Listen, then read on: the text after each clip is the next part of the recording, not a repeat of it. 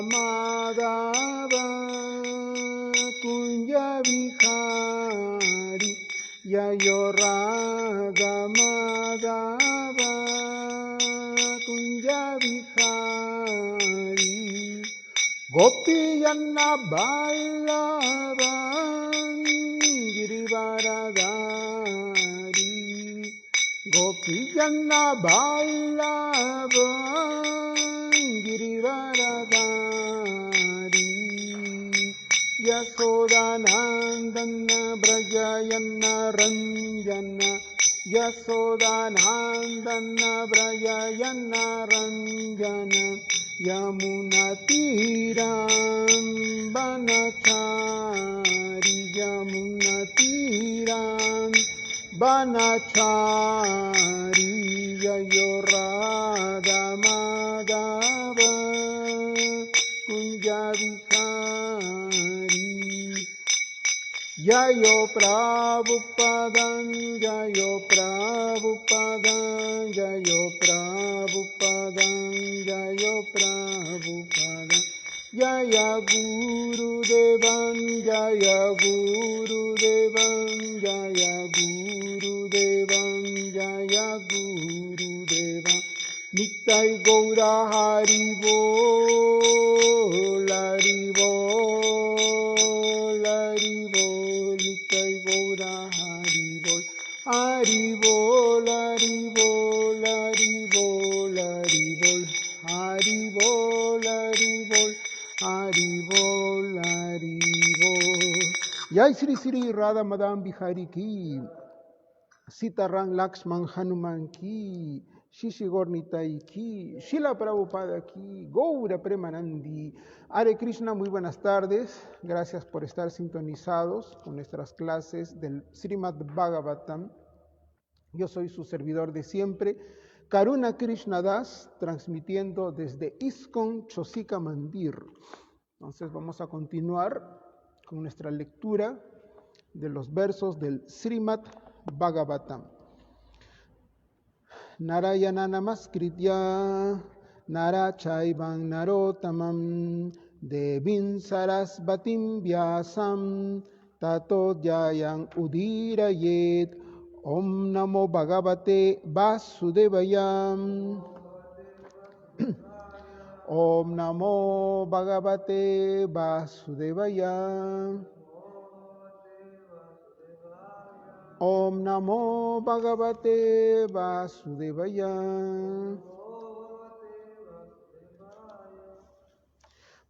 Entonces el día de hoy nos toca del Srimad Bhagavatam, canto 3, capítulo 13, titulado La aparición del Señor Varaha.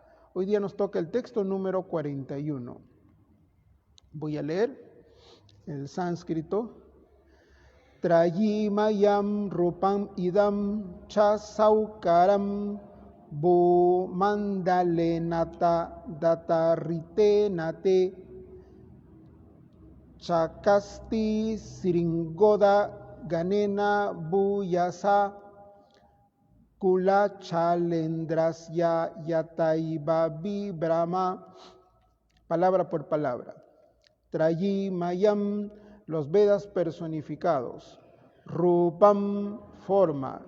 Idam, esta. Cha, también. Saukaram, el jabalí.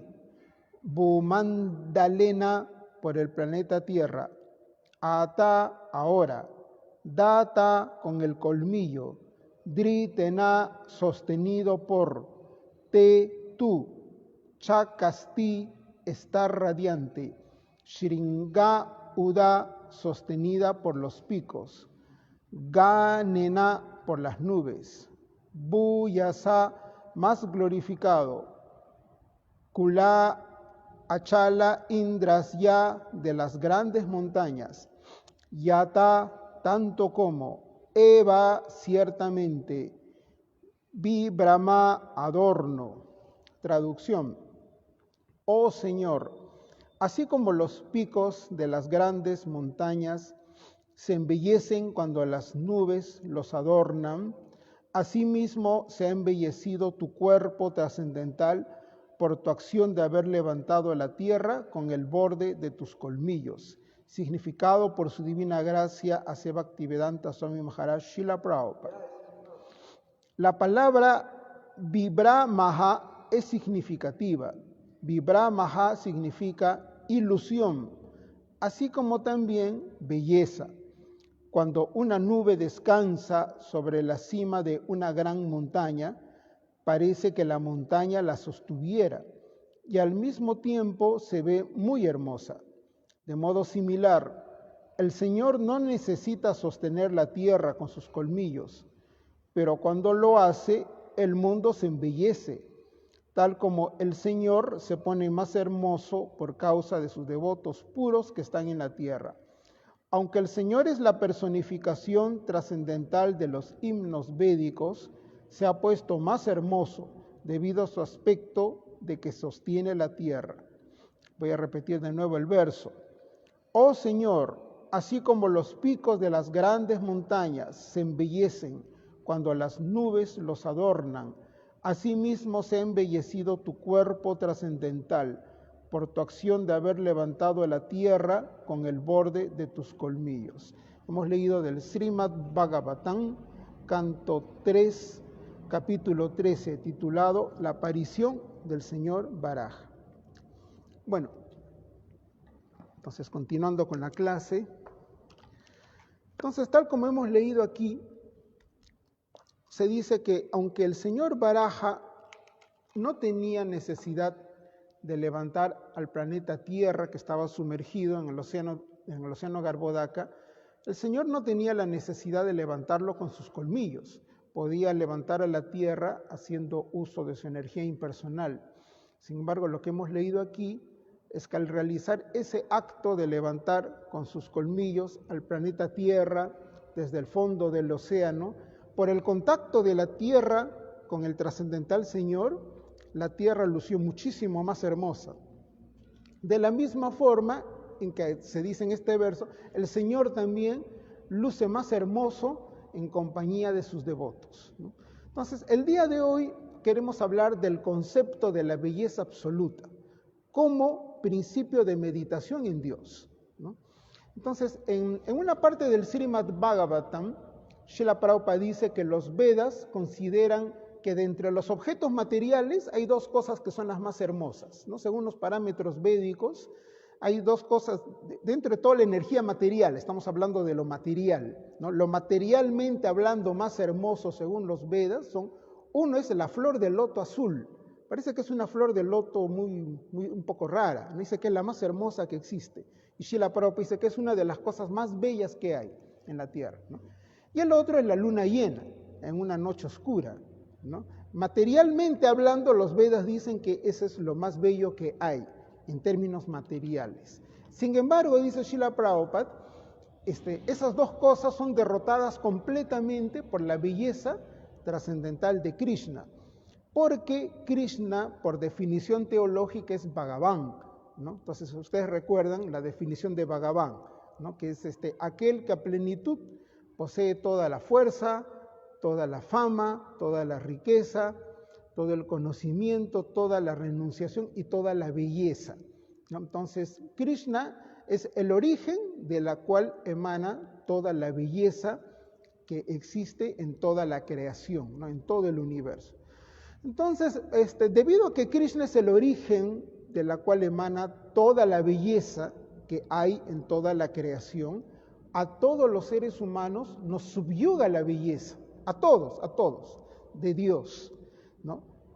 Tanto a la belleza impersonal, que es atraída a los ateos y los mayavadis, como la belleza personal. Solo los devotos tienen la facultad de sentirse atraídos por la belleza personal de Dios, ¿no? Pero los ateos y los mayavadis también se atraen por la belleza de Dios, pero ellos se atraen por la belleza impersonal de Dios. Como por ejemplo, hay muchas personas que consideran que lo más hermoso que hay en la creación es ver el amanecer, ¿no? O la puesta del sol, ¿no? O la luna, ¿no? O la florida primavera, o la belleza de la naturaleza misma. Esos son los aspectos impersonales de Dios, ¿no?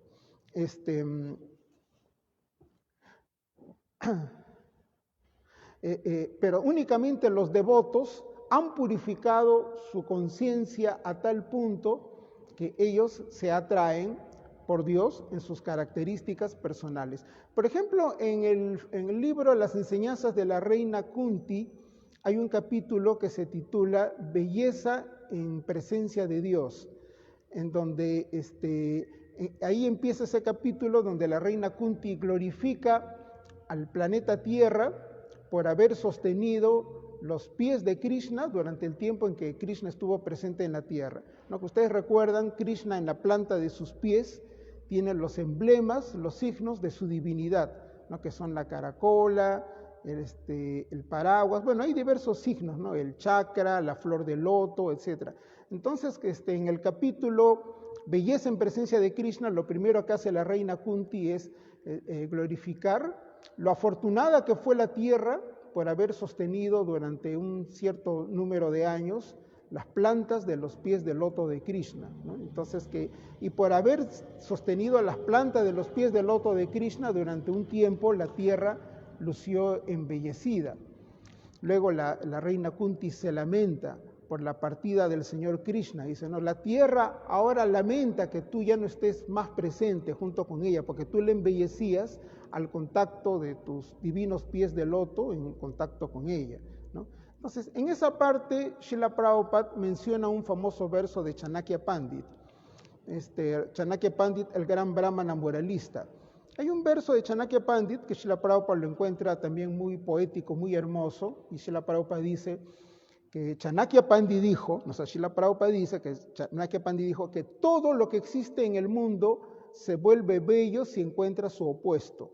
Por ejemplo, la noche oscura, que de por sí no es bella, si se encuentra con una luna llena, ¿no? Entonces se vuelve hermoso. El cielo oscuro en contacto con la luna llena se vuelve hermoso.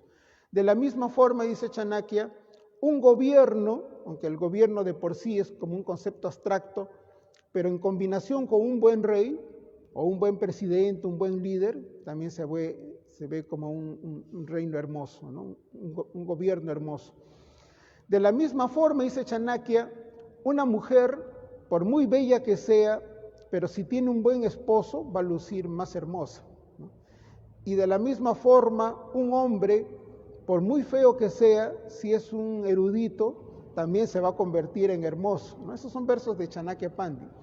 Entonces, de la misma forma, dice la reina Kunti, esos son del libro de las enseñanzas de la reina Kunti, la tierra lució hermosa mientras el Señor Krishna estuvo presente sobre ella, pero en el momento en que el Señor Krishna partió, entonces empezó la era de Kali. Ahí es donde la reina Kunti utiliza su habilidad en la conciencia de Krishna de componer hermosa poesía. Entonces, a través de la flor de loto, ella compone un poema de adoración a la belleza personal de Krishna, utilizando el concepto de la flor de loto, ¿no?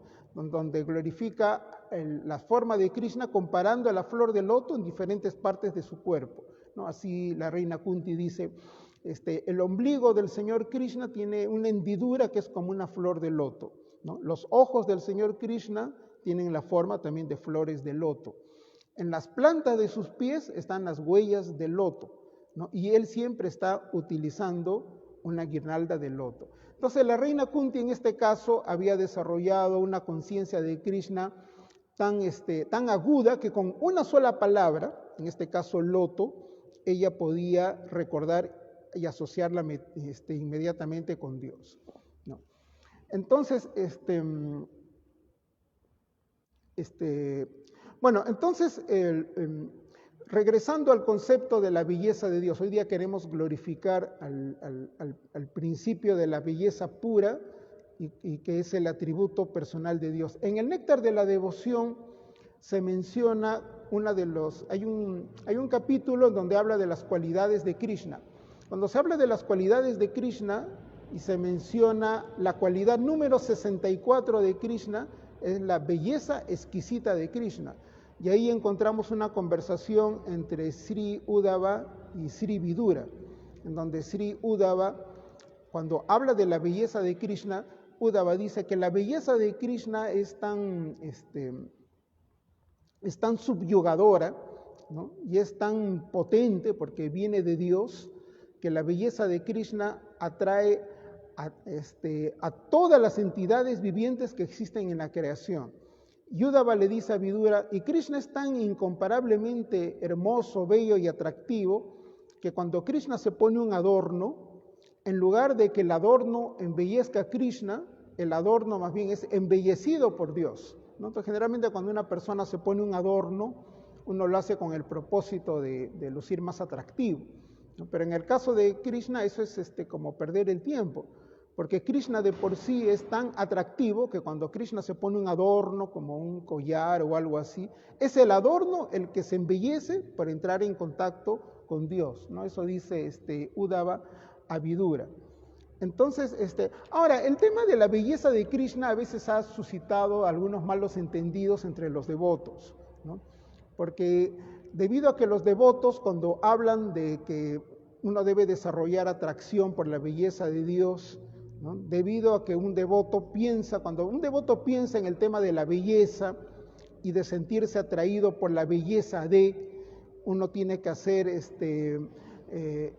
tiene que buscar una asociación mental de sus experiencias en su vida.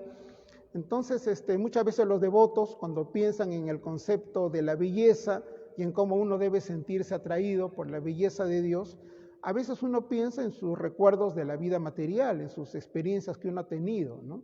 Entonces, en el mundo material, siempre que se habla de sentirse atraído por la belleza uno piensa, por ejemplo, en un hombre que es atraído por la belleza de una mujer, o una mujer que puede ser atraída por la belleza de un hombre, si es un hombre atractivo. Entonces, pero esto puede traer dos tipos de actitudes, ¿no? Completamente diferentes. Por un lado, algunos devotos pueden pensar, ¿no? O pueden especular de que sentirse atraído por la belleza de Krishna significa que uno ya está en el Madhurya Rasa, ¿no? Y que sentirse atraído por la belleza de Dios, ese es un indicativo de que uno ya tiene una relación de gopi con Krishna. Particularmente si es una devota, ¿no? Y es una devota joven, muy fácilmente puede caer en este concepto engañoso, ¿no? De pensar de que sí, yo me siento atraída por la belleza de Krishna, por lo tanto eso significa de que yo soy una gopi, o de que tengo una relación de gopi con Dios, ¿no? Lo cual, por supuesto, eso es pura fantasía. Pero eso también puede generar el pensamiento opuesto. Otros devotos que son conscientes de este engaño, ¿no? Porque esto es toda una ilusión, pueden decir, no, yo no voy a caer en ese sahayismo, ¿no? Por lo tanto, yo evito fijarme en la belleza de Krishna, ¿no? Yo voy a concentrarme únicamente en la reverencia de Dios, como repetíamos, en el aspecto aishvarya de Dios, ¿no? O sea, el temor reverencial. Pero ambos conceptos son equivocados. En ninguna parte de las escrituras se dice que a menos que uno esté en la relación de gopi en el Madhurya Rasa, a menos que uno no se debe sentir atraído por la belleza de Dios. Las escrituras dicen completamente lo opuesto. Lo que las escrituras dicen es que la belleza de Dios es tan encantadora que Krishna atrae a todos los devotos que están situados en todas las razas, ¿no? Eso está, hay varios versos tanto del Srimad Bhagavatam como uno puede encontrarlo también en el Néctar de la Devoción. El Néctar de la Devoción, si ustedes lo revisan, Srila Prabhupada hace una recopilación extraordinaria de muchas citas de diferentes Puranas y citas védicas. Entonces, en muchas de esas citas védicas, de diferentes citas del Bhagavatam y diferentes Puranas, ahí hay, por ejemplo, una conversación que tienen gopis hablando de la encantadora belleza de Krishna, en donde se habla cómo es que hasta los devotos que tienen relaciones que son evidentemente muy masculinas con Krishna no pueden evitar sentirse irremediablemente atraídos por la belleza de Dios, como por ejemplo el abuelo Bhishma, ¿no? Hemos leído en el primer canto del Srimad Bhagavatam que cuando Srila Bhishmadeva estaba en su lecho de muerte y estaba rodeado tanto por Krishna como por los Pándavas, su último pensamiento era describir la belleza de Krishna, pero en un contexto de lucha, pelea y de heroísmo. porque él recordaba la batalla de Kurukshetra. Él tenía una relación muy especial de Kshatriya, el abuelo Bhishma con Krishna, ¿no? Era una relación de lucha y pelea, en donde Krishna, por amor a su devoto, le permitió a él algo que a nadie más le permite. Él le permitió que él lo hiera con sus flechas, ¿no? Krishna jamás es tocado por nadie, imagínense, no hay un solo demonio que hayamos leído que haya podido lastimar a Krishna. Krishna es, como dice ese refrán, es irrompible, ¿no? Es indestructible. Pero por amor a su devoto, porque estaba en una relación kshatriya de competencia, y el abuelo Bhishma quería sentir ese disfrute de que él competía con Krishna, porque es una relación deportiva, le había lanzado flechas y Krishna aceptó esas flechas y Krishna estaba sangrando, ¿no? Entonces, el abuelo Bhishma, en su último pensamiento que tuvo, pensó en Krishna como Parthasarathi, como el auriga de Arjuna, ¿no? Y cómo es que Krishna había hecho la promesa que yo no voy a participar en la batalla de Kurukshetra. Y el pensamiento que tuvo Bhishmadeva, su último pensamiento, y él estuvo dispuesto a romper su promesa, y al ver que yo ya iba a matar a Arjuna, ¿no? Porque eso es lo que Krishna no iba a tolerar, que el abuelo Bhishma, que era un kshatriya, iba supuestamente a matar a Arjuna. Krishna se levantó, cogió una rueda de la cuadriga y fue para matar a Bhishma, y Bhishma estaba esperándolo para que lo mate, sino que en ese momento se dio el final de la batalla, ¿no? Entonces, porque las batallas eran por horas, o sea, a cierta hora se tocaban las caracolas y se paraba la batalla. Eso salvó la situación. Pero el último recuerdo que tuvo el abuelo Bhishma era de la belleza incomparable de Dios, pero cuando recordaba la belleza de Krishna, era Krishna sangrando, furioso, lleno de sudor, lleno de sangre, lleno de ira, con la rueda de la cuadriga para ir a matar, ¿no? Entonces, eso, por ejemplo, eso se menciona en varios versos del mismo Bhagavatam, de los Puranas. Incluso las gopis recuerdan ese principio, ¿no? Cómo es que la belleza de Krishna, en primer lugar, atraen a todos los devotos, de todas las razas. No solo atraen a todos los devotos en todas las razas, lo atraen a Krishna mismo, ¿no? Por eso es que en el néctar de la devoción está mencionado que hasta Krishna mismo no pudo evitar sentirse atraído por su propia belleza al verle un reflejo, ¿no? Yo recuerdo cuando leí esa descripción, ese es el problema, a veces nosotros cuando leemos esas descripciones que son muy, muy elevadas, lo hacemos en asociación de nuestras experiencias del mundo material. Y por eso cuando yo recuerdo haber leído en la mitología griega de Narciso, me parece que se llamaba Narciso, ¿no? Que era uno de los personajes mitológicos, ¿no? Que dice que estaba tan embelesado de su propia belleza, que cuando vio su belleza en un reflejo, quiso alcanzar y cayó y murió ahogado. Pero más o menos la enseñanza moral que dan ahí es que, bueno, que Narciso era un vanidoso, ¿no? Que solo un vanidoso puede quedar subyugado de su propia belleza, y al ver su belleza en un reflejo y lo quiso alcanzar y murió ahogado. Pero en el caso de Krishna, eso no tiene nada que ver.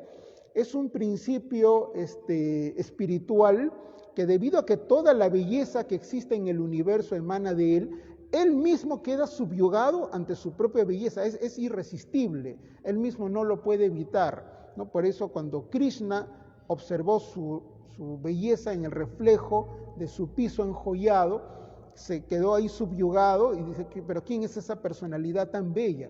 Porque él no puede evitar, ¿no? Entonces, esa es la fuerza de la belleza de Dios.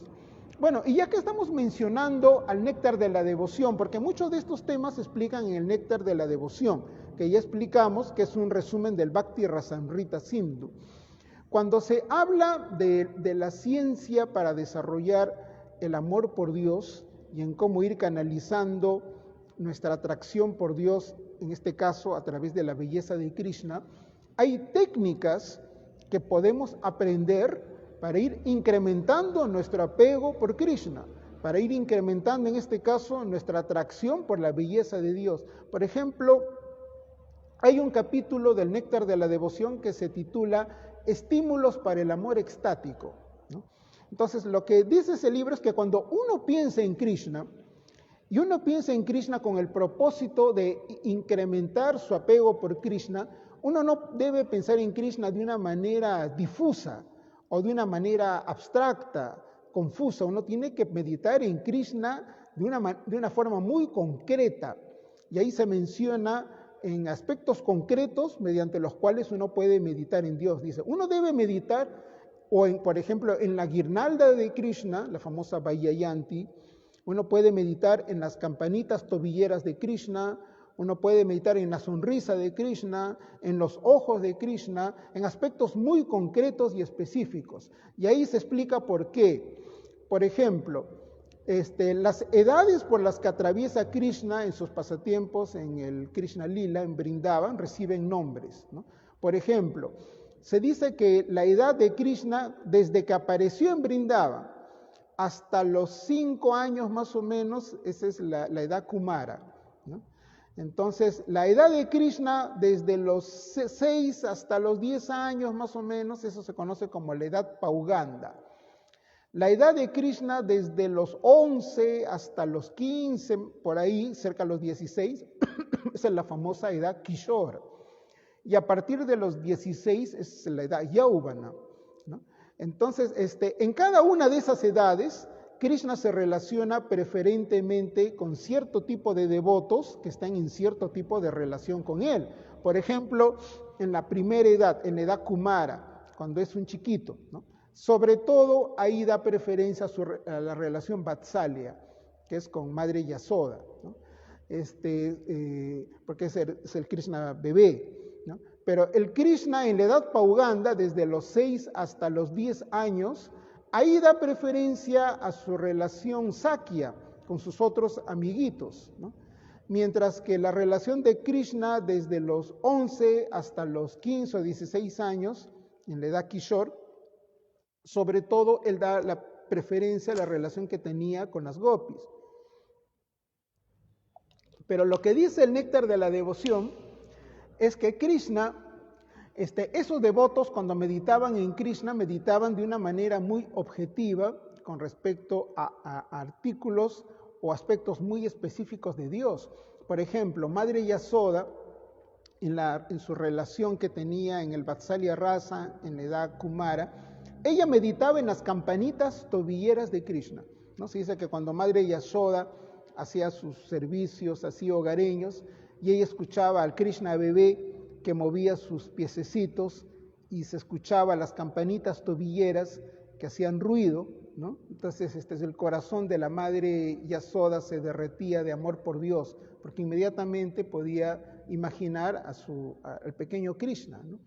De la misma forma, en la relación Pauganda, desde los 6 hasta los 10 años, los amigos de Krishna, cuando escuchaban el cuerno de búfalo de Krishna, Krishna usaba un cuerno de búfalo, que eso sirve para llamarse entre ellos, ¿no? Entre los pastorcillos. Ellos meditaban en el cuerno de búfalo cuando Krishna los soplaba y los estaba convocando para una reunión. De la misma manera, las gopis en la edad Kishore, cuando meditaban en Krishna, ellas meditaban concretamente en la sonrisa de Krishna, en los dientes de Krishna y en sus ojos, ¿no? Entonces, lo que dice el capítulo del Néctar de la Devoción, que un devoto cuando medita en Krishna debe meditar en Krishna, pero objetivamente, debe recordar aspectos concretos, prácticos y definidos, ¿no? Por ejemplo, Krishna usa prendas de vestir, usa un dhoti, usa un cinturón, usa una camisa y un turbante. Lo que dice el Néctar de la Devoción es que el color preferido del dhoti de Krishna es rojo, ¿no? Y el color preferido de su camisa es dorado. Y el color preferido de su turbante es naranja, ¿no? Entonces, eso es muy importante, porque la meditación de un devoto en Dios no puede ser imaginativo, fantasiosa, no debe ser tal como se encuentra en las Escrituras. También cuando se habla de la guirnalda de Krishna, dice que la guirnalda de Krishna le llega hasta las rodillas, ¿no? Entonces, y está compuesta de 5 clases de colores. También en la flauta de Krishna, por ejemplo, Krishna usa 3 flautas, ¿no? La famosa Venu, la Murali y la Vamsi. También el cuerno de búfalo de Krishna se dice que tiene un revestimiento de oro, ¿no? Entonces, en la meditación que uno hace en los aspectos de Krishna, se relaciona Krishna mismo y ahí va a fluir el amor por Dios, ¿no? Yo recuerdo mucho, hablo mis recuerdos antiguos en el ashram de devotos, siempre entre los devotos, los brahmacharis, a veces, me acuerdo que hacían pruebas, ¿no? A veces un devoto se acercaba a otro y le preguntaba, Prabhu, ¿y hoy día viste a las deidades? Oh, sí, ¿y qué te parecieron? ¿Cómo estaban vestidas? Devoto, uy, sí, maravilloso. ¿Y recuerdas de qué color era su camisa? ¿Sí? Y a veces ahí uno se quedaba sin saber qué responder, ¿no? Y ahí se demostraba cómo es que muchas veces cuando vamos a tomar darshan de la deidad, nos quedamos deslumbrados por todo el contexto completo. Wow, qué hermosas las deidades, así. Pero no somos capaces de enfocar selectivamente nuestra atención en aspectos precisos de la deidad, ¿no? Exactamente de qué color estaban vestidos, exactamente cómo tienen sus guirnaldas. Eso es muy importante porque, vuelvo a repetir, la meditación en Krishna es concreta y objetiva, no es una meditación abstracta. Meditación abstracta en la belleza de Dios es más del tipo impersonal, ¿no? O sea, hasta los impersonalistas, hasta los demonios, hasta los ateos, los mayavadis, pueden sentirse atraídos por la belleza impersonal de Dios. La belleza impersonal de Dios es difusa, ¿no? Pero la belleza personal de Dios es concreta, ¿no? Y bueno, y ahora vamos a continuar un poco lo que iniciamos en nuestra clase anterior, que estuvimos hablando del Gayatri, ¿no? Ya que estamos hablando de la belleza de Dios, porque la clase de hoy está enfocada en la belleza incomparable de Dios, queremos glorificar al Kama Gayatri. Habíamos explicado en nuestra clase anterior que en realidad el Gayatri original es únicamente el primero de los 7 Gayatris que actualmente reciben los devotos que tienen segunda iniciación, ¿no? Cuando un devoto Vaishnava de los tiempos modernos recibe la segunda iniciación, recibe el Brahma Gayatri, que es el Gayatri original, pero para que sea reforzado, ese Brahma Gayatri es reforzado con 6 Pancharatrika Gayatri. De eso explicamos bastante en la clase anterior, no voy a volver a repetir eso, ¿no? Pero habíamos dicho que el Brahma Gayatri es muy difícil de ser cantado en los tiempos modernos, porque requiere muchas cualificaciones y mucha perfección en la pronunciación de los mantras, las sílabas, etc. Entonces, para que eso tenga validez en estos tiempos, entonces uno recibe 6 Gayatris más. Ahora, cada uno de estos Pancharatrikas Gayatris tienen potencias escondidas y pueden ser explicados desde diferentes contextos y desde diferentes puntos de vista. Así, por ejemplo, queríamos glorificar ahora al último de estos Pancharatrikas Gayatris, que es el Kama Gayatri. El Kama Gayatri en sí mismo tiene encerrada toda la belleza de Krishna, ¿no? Pero puede ser explicado desde diferentes ángulos y tiene diferentes explicaciones. Por ejemplo, la traducción directa del Kama Gayatri es una descripción de Krishna como el Cupido trascendental. Entonces dice que Krishna es el Kamadeva, el Cupido trascendental, que dispara 5 clases de flechas que están compuestas por 5 clases de flores, ¿no? Y esas nos encantan. Pero esa es una explicación del Kama Gayatri directa. Pero hay otras explicaciones. Lo que explica Vishwanath Chakrabarti Thakur con respecto al Kama Gayatri es que del Kama Gayatri y del Villa Mantra Klim, los Villas Mantras son los mantras semillas. En los mantras más importantes, como los que encontramos en los mantras de los Vedas, del Rig Veda, o en los mantras que están relacionados con los Gayatris, existen los Villas Mantras, que son mantras semillas, y de esos mantras semillas, como Klim, Aim, Srim, se pueden expandir muchos mantras más. Entonces, del Villa Mantra Klim, que representa a Krishna mismo, o sea, está la potencia de Krishna mismo en el Kama Gayatri, se dice en los Vedas que Brahma, cuando crea el universo material utilizando el Bija Mantra Klim, ¿no? Entonces, incluso se señala palabra, letra por letra. Según tal letra va creando diferentes elementos de la energía material, ¿no? Etcétera. Pero otra explicación que se da del Kama Gayatri es que dentro del Klim también está representada diferentes partes de Krishna, ¿no? O sea, de la letra K está representada algunos aspectos de la cara, de la letra L está representado otros aspectos de su cuerpo, etc. Pero la explicación más completa que hay del Kama Gayatri, que se está en el Sri Chaitanya Charitamrita, se dice que todo el Kama Gayatri se compone de 24 sílabas y media. Entonces, en la explicación que le da el señor Chaitanya Mahaprabhu a Srila Sanatana Goswami, y eso está en el Sri Chaitanya Charitamrita, es que a través del Kama Gayatri uno puede meditar en la belleza de Krishna, meditando cómo es que diferentes partes del cuerpo de Krishna se asemejan a lunas llenas, ¿no? Por ejemplo, se dice que en cada mejilla de Krishna puede ser visualizada como que en una mejilla hay una luna llena, ¿no?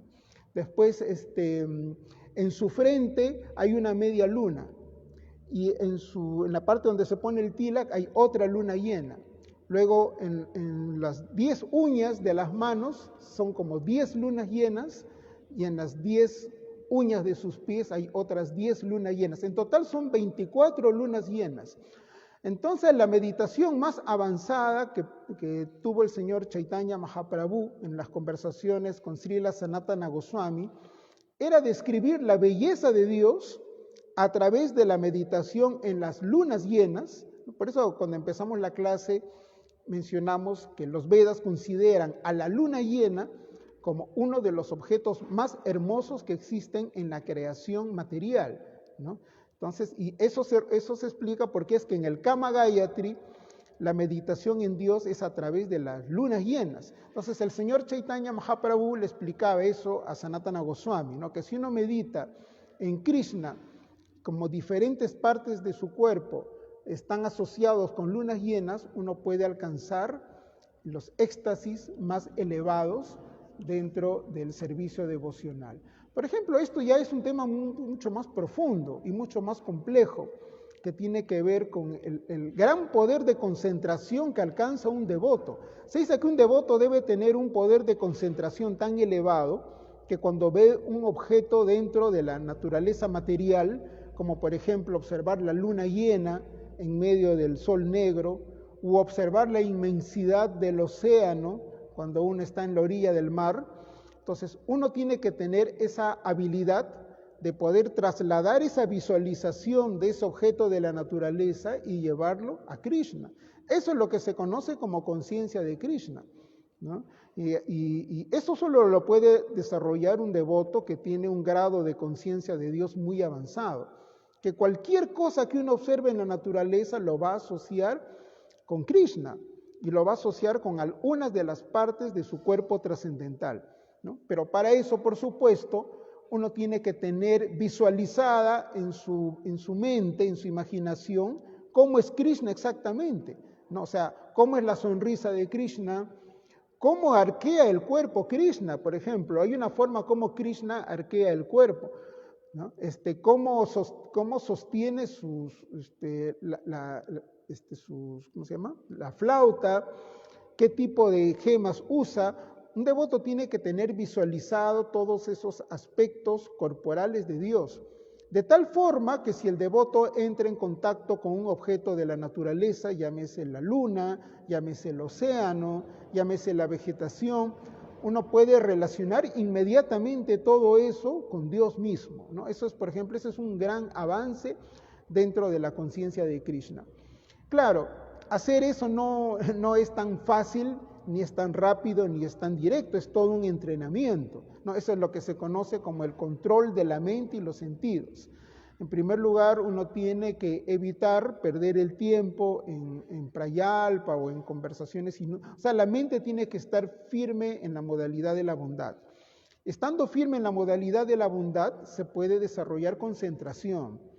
Y a través del poder de la concentración, uno puede visualizar muy fuerte en su mente diferentes aspectos corporales de Dios. Y un devoto que tiene esa capacidad, que puede retener muy fuerte en su mente aspectos corporales de Krishna, puede entrar en estados de trance y en estados de samadhi. Y habiendo ingresado en estado de samadhi, puede en su cuerpo espiritual ingresar en el divino reino trascendental de Dios. Por eso se dice que un devoto puro, incluso estando viviendo en el planeta Tierra, ya está en el reino de Dios, ¿no? Como ellos pueden entrar en un estado de trance, porque han aprendido a focalizar su mente muy firmemente en aspectos concretos y definidos de Krishna.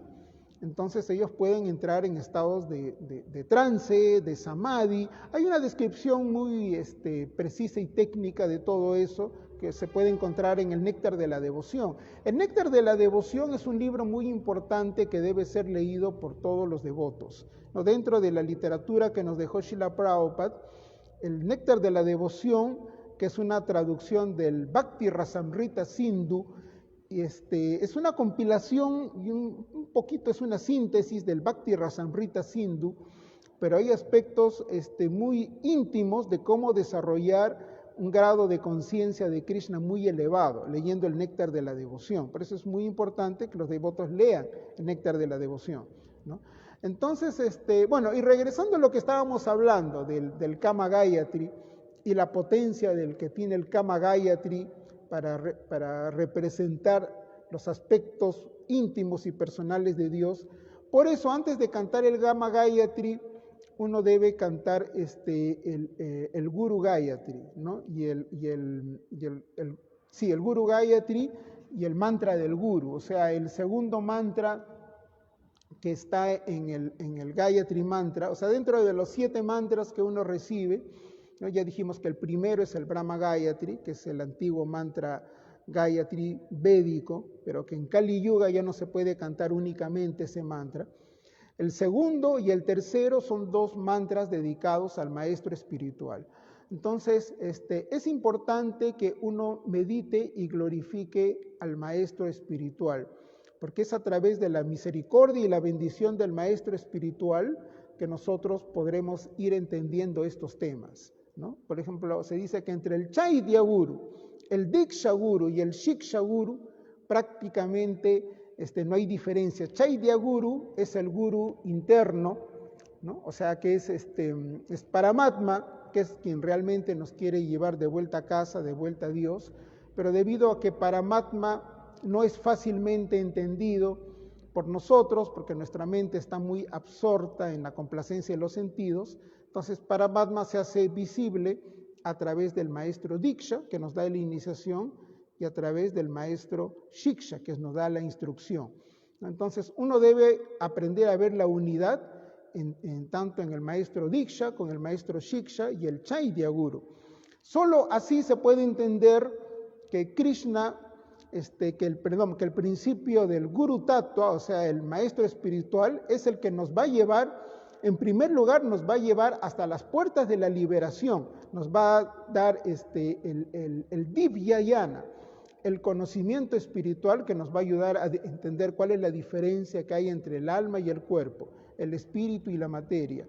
Pero no nos va a llevar únicamente hasta la liberación, nos va a llevar más allá de la liberación, ¿no? Y se dice que si un devoto se libera y alcanza a estar con Krishna en algunas de las relaciones, como Santa Rasa, Dasya, Sakya, Vatsalya y Madhurya, el maestro espiritual lo va a conducir a uno incluso en su relación con Krishna en raza por raza, según el raza que le corresponda, ¿no? Y eso muchas veces puede ser que sea el mismo maestro espiritual que esté actuando como tu Diksha y Shiksha, pero a veces no, a veces es una multiplicidad de maestros espirituales que están trabajando en conjunto, ¿no? A veces estos son temas realmente ya un poco elevados, bastante profundos, que tiene que ver con, se dice que entender el principio de Guru Tattva es uno de los principios más complejos que existe en la ciencia del servicio devocional.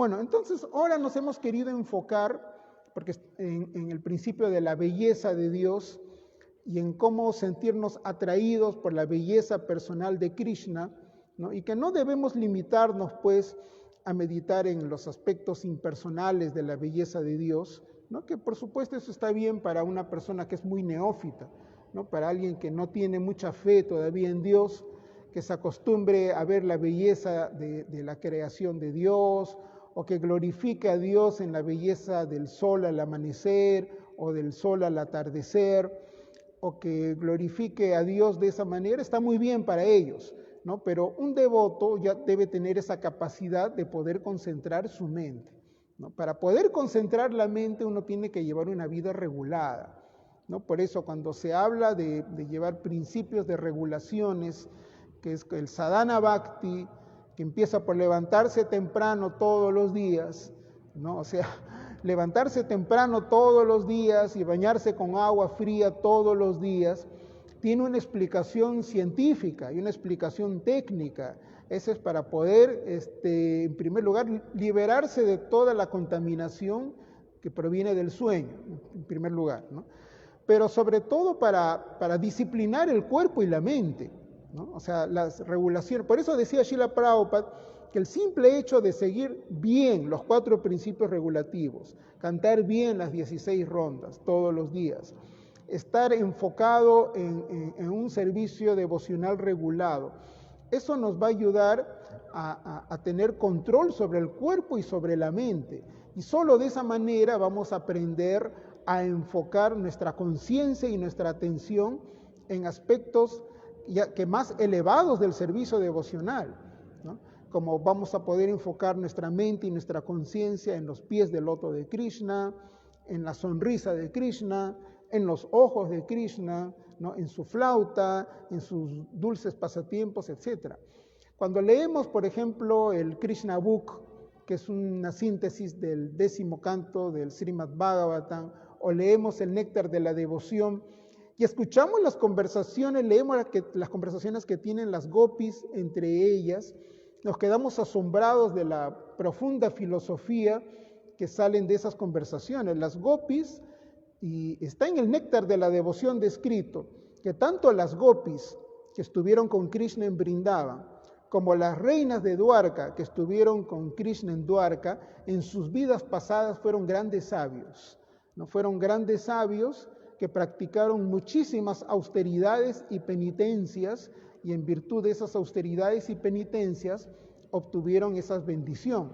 Pudieron nacer o como las queridas pastorcillas de Vrindavan, para tener esa relación madura en Vrindavan, o como las reinas en Dwarka. No eran personas ordinarias, fueron grandes yogis, grandes místicos, grandes sabios y semidioses, que tras practicar muchas y muchas austeridades y penitencias a lo largo de muchas vidas, obtuvieron esas posiciones, ¿no? Entonces, porque su meditación en Dios era perfecta, y debido a que su meditación en Dios era perfecta, alcanzaron los estados de éxtasis más elevados. Bueno, hemos dado una mirada así somera a un tema que es muy profundo, que es el tema ni más ni menos que de la belleza incomparable de Dios, ¿no? Que cómo es con del simple hecho de que el Señor baraja en su forma jabalí, al levantar la tierra con sus colmillos y suspenderla en el aire, de esa imagen icónica tan hermosa pueden salir tantas explicaciones teológicas que son muy profundas, ¿no? Que tienen que ver cómo avanzar en la conciencia de Krishna, o sea, cómo ir desarrollando atracción en el corazón por Dios mismo, ¿no? Y por la belleza de Dios. Bueno, eso era básicamente lo que queríamos mencionar. No sé si hay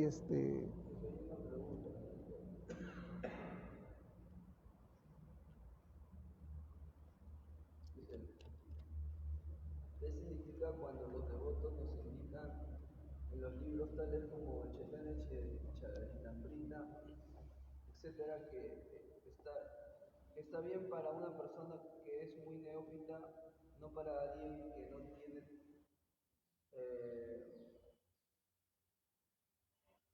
no sé qué tenemos, dice que tener cuidado en leer estos sagrados libros con conciencia impersonalista Mayavadi? Bueno, Srila Prabhupada, cuando escribió sus libros y pidió a los devotos que los distribuyan, en un sentido, sus libros los puso a disposición de todos.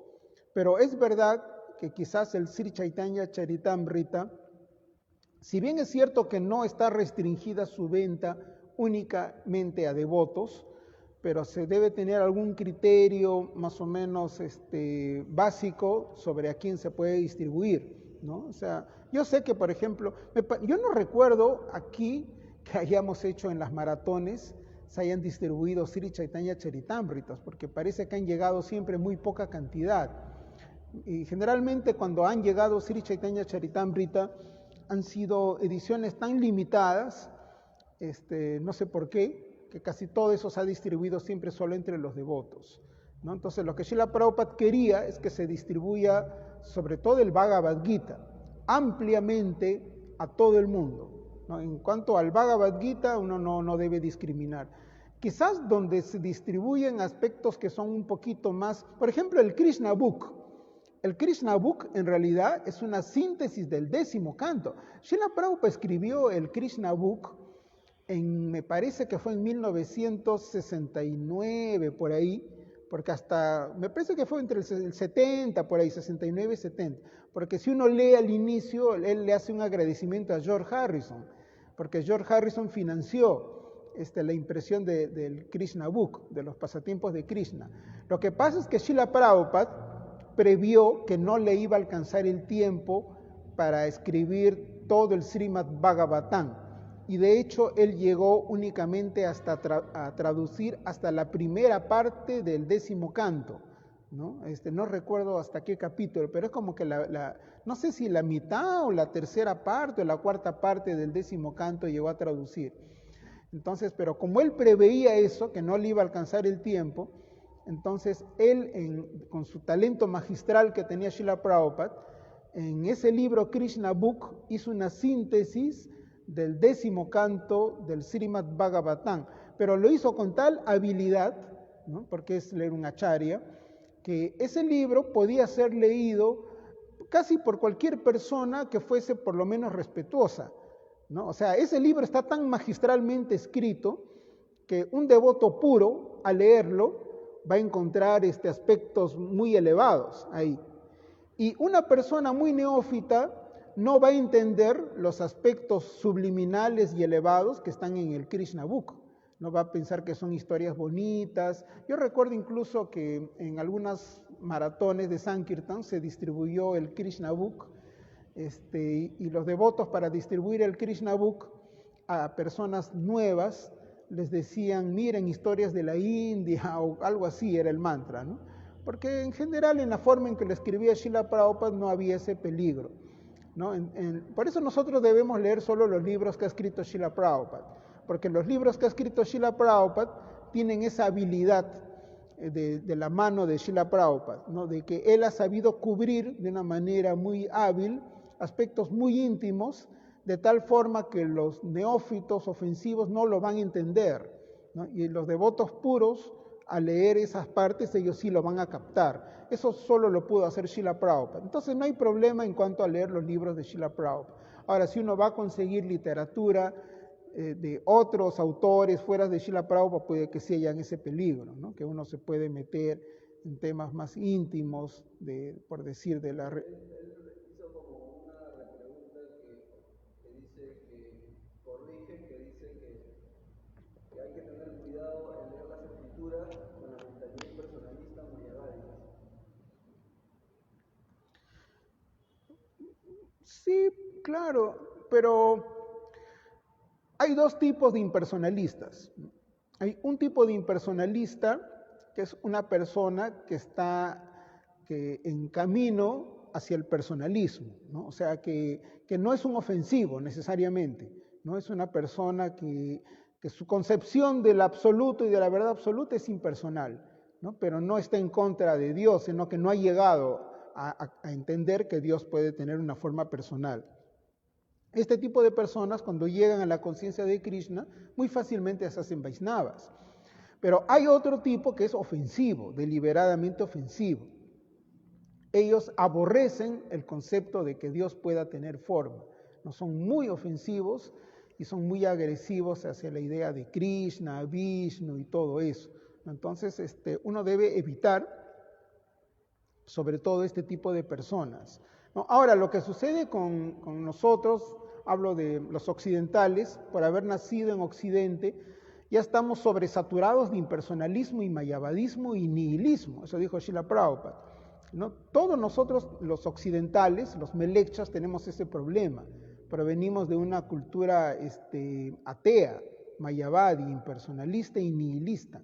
Entonces, y mucho de la labor de la conciencia de Krishna es ir destruyendo esos conceptos ateos, demoníacos, nihilistas, impersonalistas, dentro de nuestras mentes, ¿no? Por eso Srila Prabhupada fue muy hábil en encontrar analogías, comparaciones de cómo entienden los occidentales estos temas relacionados con Dios y la trascendencia. ¿No? Él se dio muy cuenta muy fácilmente cuando llegó a Occidente de qué manera los occidentales entienden el tema de la trascendencia, ¿no? Y casi todo era mayavadi e impersonal. Srila Prabhupada escribió de forma tan hábil para derrotar. Si uno va leyendo el Bhagavad Gita y el Srimad Bhagavatam, hay muchos argumentos para destruir conceptos ateos y mayavadis, ¿no? Uno puede hacer una selección. En el Bhagavad Gita hay un montón de argumentos para derrotar al mayavadismo y al impersonalismo. Pero eso sobre todo es para derrotar al mayavadi y al impersonalista que está dentro de nosotros mismos, ¿no? Dentro de nuestras concepciones que están en nuestra conciencia. Y de qué manera nos vamos volviendo realmente devotos de Dios, ¿no? Hay otra pregunta, dice, ¿por qué cree usted que existen tantas similitudes entre la doctrina Krishna y los principios filosóficos de Platón? Bueno, hay un libro que escribió Srila Prabhupada. No es un libro que ha escrito Srila Prabhupada. Se llama Espiritualismo Dialéctico. Ese libro fue sacado, salió a la luz tras la desaparición de Srila Prabhupada. Srila Prabhupada tenía la intención de escribir un libro en donde él presentaba la conciencia de Krishna a la luz y el análisis del pensamiento de los principales filósofos que han formado la cultura occidental, ¿no?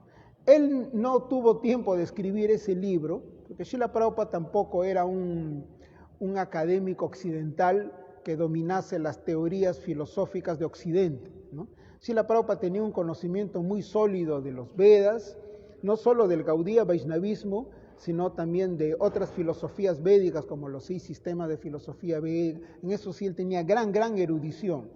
No necesariamente él era un gran académico en términos de cultura occidental, ¿no? De pensamiento filosófico occidental. Pero Srila Prabhupada les dijo a sus primeros discípulos, si ustedes me exponen el pensamiento de esos filósofos, yo los puedo analizar a la luz de los Vedas y dar mi respuesta con respecto a los Vedas, ¿no? O sea, en qué coincide lo que dice ese filósofo con los Vedas y en qué cosa él puede estar equivocado según los Vedas.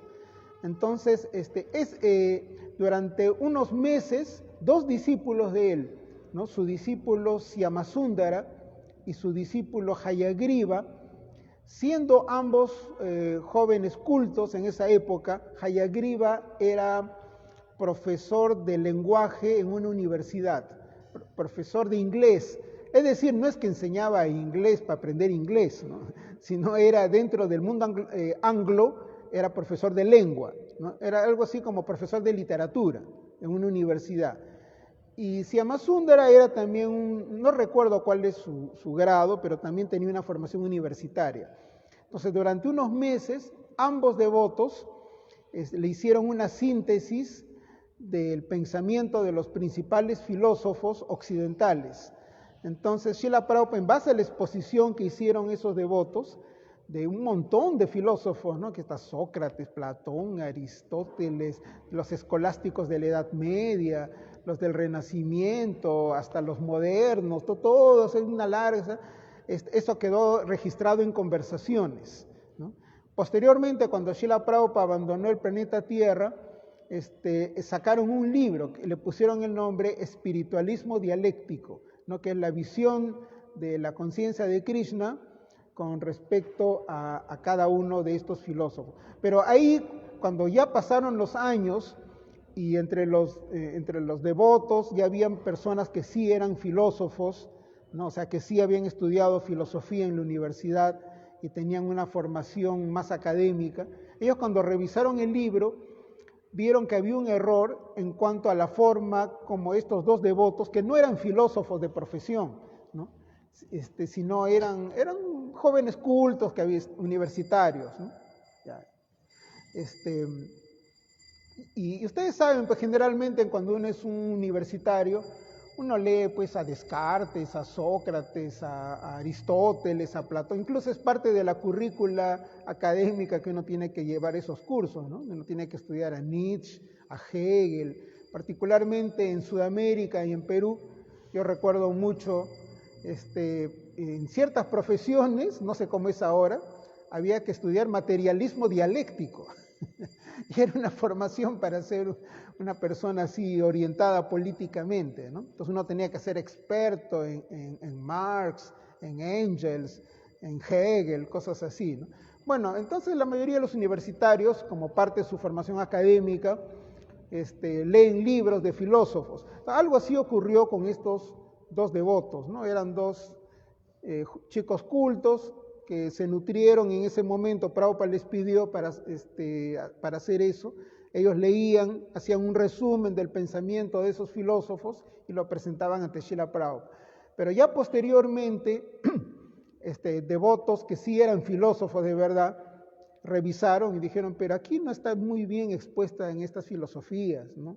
Están un poco, se nota que los que los expusieron eran solo lectores, no eran especialistas, ¿no?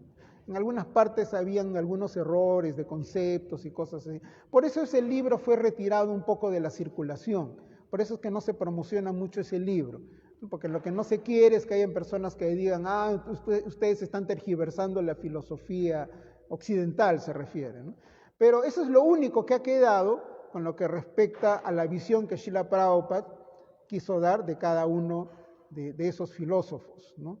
Y no se puede decir que ese libro sea completamente fallido, ¿no? Tiene sus méritos también. Fue un gran intento que se hizo. Lamentablemente es lo único que quedó con respecto a lo que Prabhupada habló de cada uno. Y en cuanto a lo de Platón, sí, de hecho con Platón hay muchas, hay similitudes con varios, ¿no? Si uno va a buscar de filósofos, por ejemplo, el famoso ejemplo de la caverna de Platón, ¿no? Como un hombre que está en una caverna y que solo su única percepción de lo que es la realidad es lo que está percibiendo en unas figuras así que llegan a la caverna. Eso puede ser interpretado como como Maya, ¿no? Como es Maya y la ilusión, ¿no? Y cada uno de Srila Prabhupada dijo, un muni es alguien que tiene la capacidad de crear una nueva teoría filosófica especulativa, ¿no? Pero un muni debe ser respetado, porque no cualquiera tiene esa capacidad,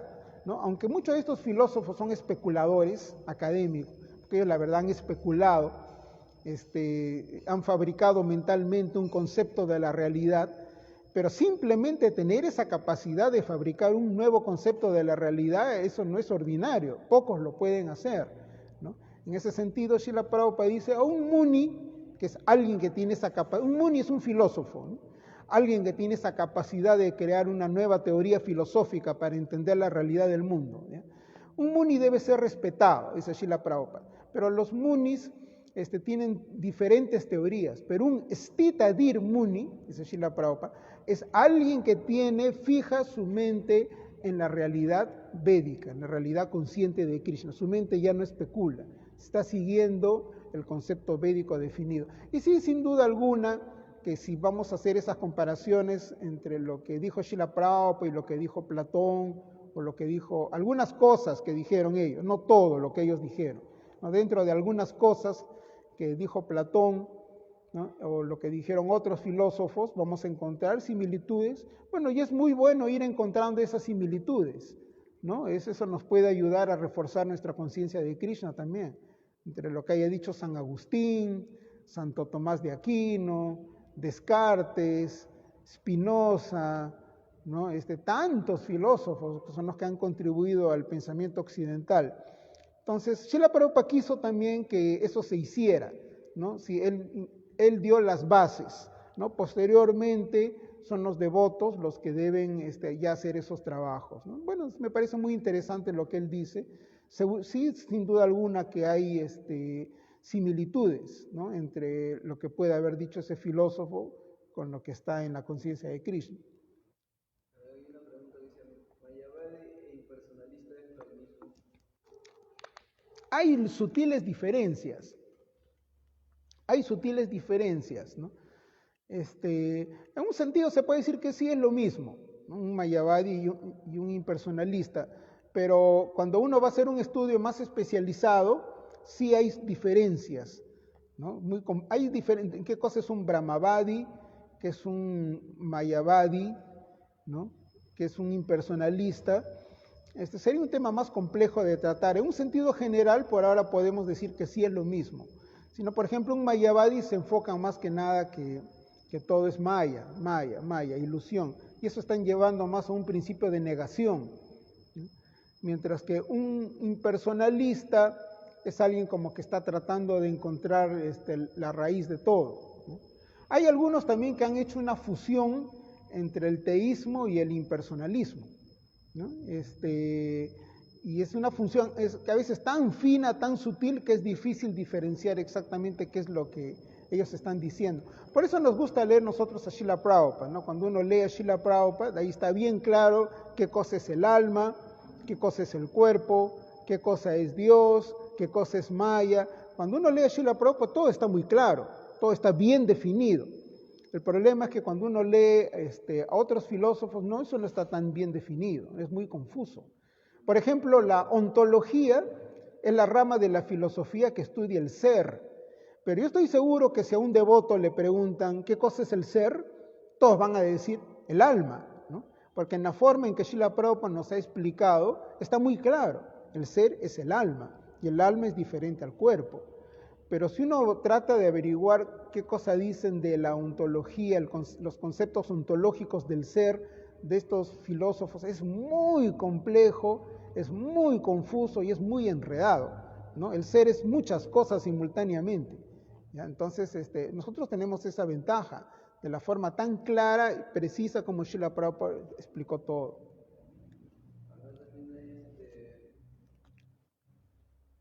Una pregunta, ¿Platón es un personalista, un filósofo personalista? Podría ser, yo no puedo afirmar eso. Mire, con los griegos ocurre algo. Con los griegos, cuando uno rastrea a la cultura griega, ¿no?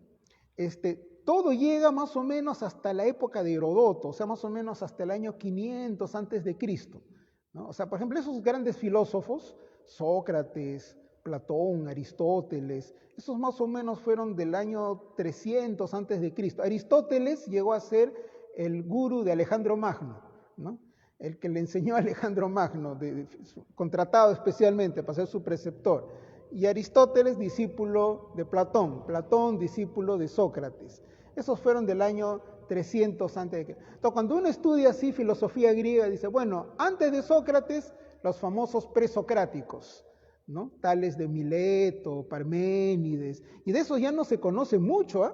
De esos presocráticos, de los que el más famoso es Parménides, y entre varios de esos presocráticos tienen muchas similitudes con los filósofos de los 6 sistemas de la filosofía védica, ¿no? Por ejemplo, Leucipo y Demócrito, su trabajo es bien parecido al del sabio Kanada, que hizo la filosofía Vaisheshika, la teoría atómica, ¿no?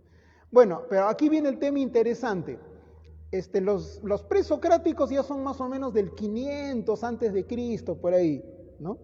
Antes del 500 antes de Cristo ya no hay mucha referencia porque la escritura, la historia, eso ya no llega más atrás, ¿no? Pero ¿qué cosa había más atrás?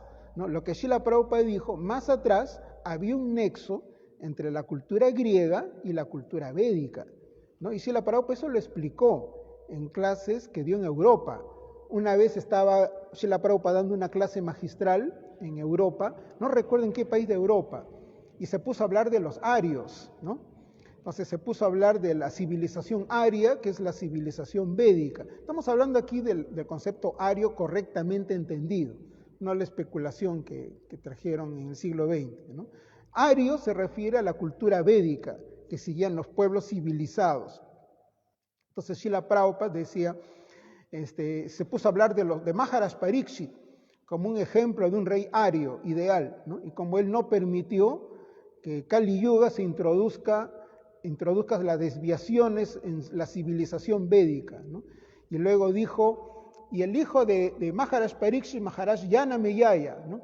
Quiso exterminar a las serpientes del planeta Tierra, así, ¿no?